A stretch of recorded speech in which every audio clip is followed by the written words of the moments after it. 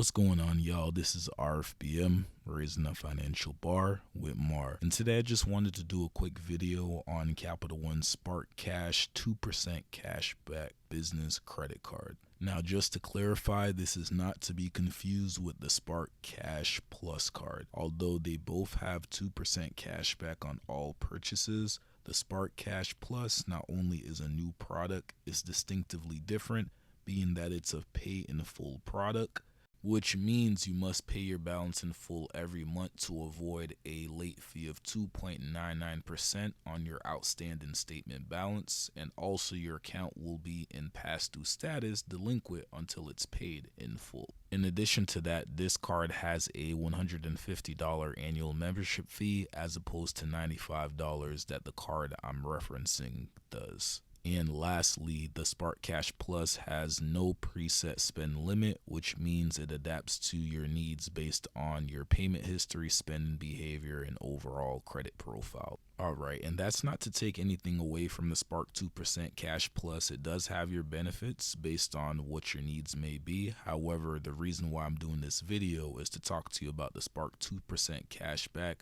At one point, the product wasn't available on the company's website, and people were only able to get access to it at times if there was a product upgrade available to a different card that they may have had, for example, like the Spark 1.5% Cash Select or the 1.5X model. So what they would do is basically check in to see if there was an upgrade available by giving Capital One a call. Otherwise, there wouldn't be any access to that particular product. Alright, so why this card? Well, with this particular Capital One card, you get unlimited 2% cash back on all purchases, and you pay a $95 annual membership fee. So if you see here, the first year you don't have to pay the fee, but afterwards you do. And it does also come with a $750 cash bonus once you spend $7,500 on all purchases within 3 months from account opening. Okay, so I would say that the 2% cashback is pretty good. The competitor to that would be the Chase Inc. Business Preferred credit card. Their point system, of course, and redemption options may be different, but for the most part, you're getting, depending on how much you're spending, similar rewards cashback. Now, moving on past that, you also get unlimited 5% cashback on hotels and rental cars booked through the Capital One Travel website, which is CapitalOneTravel.com. And in addition to that, with this being, of course, a business card, you can add additional users under the account if you need your employees to have a card to make purchases for the business. And all of it, of course, does go towards your rewards cashback. Now, keep in mind the purchase rate on this card currently is a bit high, so you want to keep that in mind if you are a user that may carry a balance over. Alright, so the most important thing is what you need to know for your application if you decide this is what you want to do.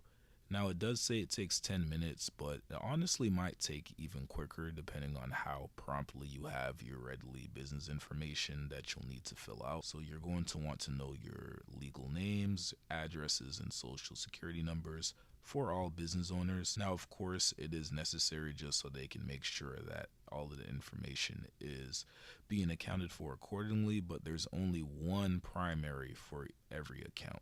Now, you can add people under the account as account managers, but there's only one person that will be the primary. And it's important to know as well, because with Capital One, unless it's the Spark Cash Plus or Venture X Business that you apply for, all your balance information at statement close will be reported to your personal credit. So that's Experian, TransUnion, Equifax. So I always share that to people because that may be a deal breaker. In the past, Capital One used to report your information also with Dun and Bradstreet, but they ceased relationship with that entity years ago. Yeah, so ultimately it comes down to what do you value, and if you think that's going to impact you too much. I understand with it being a business credit card and Capital One having it report to your personal credit as well, that could be a big factor in your decision making. But again, just to recap, 2% cash back.